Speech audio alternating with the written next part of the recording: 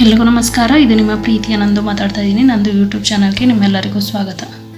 ಆಧುನಿಕ ಜಗತ್ತು ಅತಿ ವೇಗವಾಗಿ ಬೆಳೆಯುತ್ತಿದೆ. ಅದು ಬೆಳೆದಂತೆ ಸಮಸ್ಯೆಗಳು ಕೂಡ ಅಷ್ಟೇ ವೇಗವಾಗಿ ಬೆಳೆಯುತ್ತಿದೆ. ಇಂತಹ ಸಮಸ್ಯೆಗಳಲ್ಲಿ ವೃದ್ಧರನ್ನು ವೃದ್ಧಾಶ್ರಮಗಳಲ್ಲಿ ಬಿಡುತ್ತಿರುವುದು ಒಂದು ಸಮಸ್ಯೆ. ತಂದೆ ತಾಯಿಯರ ವೃದ್ಧಾಪ್ಯದಲ್ಲಿ ಬಹುತೇಕ ಮಕ್ಕಳು ಜೊತೆಗಿರುವುದಿಲ್ಲ. ಬೆಳೆಯುತ್ತಿರುವ ವೃದ್ಧಾಶ್ರಮಗಳನ್ನು ನೋಡಿದರೆ ಗೊತ್ತಾಗುತ್ತದೆ ಮಕ್ಕಳು ವೃದ್ಧರನ್ನು ಏನು ಮಾಡುತ್ತಿದ್ದಾರೆ ಎಂದು. ಮಕ್ಕಳು ವಯಸ್ಸಾದ ತಂದೆ ತಾಯಿಗೆ ಎಷ್ಟು ಖರ್ಚು ಮಾಡಿದರೂ ಕೂಡ ವೃದ್ಧರು ಬಯಸುವುದು ಕೇವಲ ಮಕ್ಕಳ ಪ್ರೀತಿಯನ್ನು, ಒಡನಾಟವನ್ನು ಮಾತ್ರ.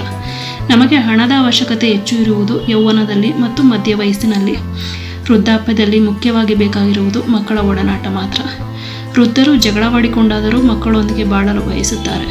ಹಾಗೆಂದು ತಮ್ಮ ಏಳಿಗೆಗೆಂದು ದೂರಿಗೆ ಹೊರಟ ಮಕ್ಕಳನ್ನು ತಡೆಯಲಾರರು.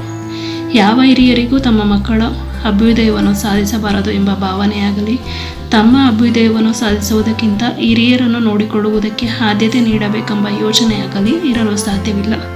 ಆದರೂ ಮಕ್ಕಳು ತಮ್ಮೊಂದಿಗೆ ಇದ್ದು ಅಭ್ಯುದಯವನ್ನು ಸಾಧಿಸಬಹುದಲ್ಲ ಎಂಬ ಯೋಚನೆ ಇರುತ್ತದೆ.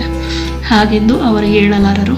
ಈ ಭಾವನೆಯನ್ನು ಅರ್ಥ ಮಾಡಿಕೊಳ್ಳಬೇಕಾದ ಜವಾಬ್ದಾರಿ ಹಿರಿಯರಿಗೆ ಜಾಸ್ತಿ ಇರುತ್ತದೆ. ನಮಸ್ಕಾರ.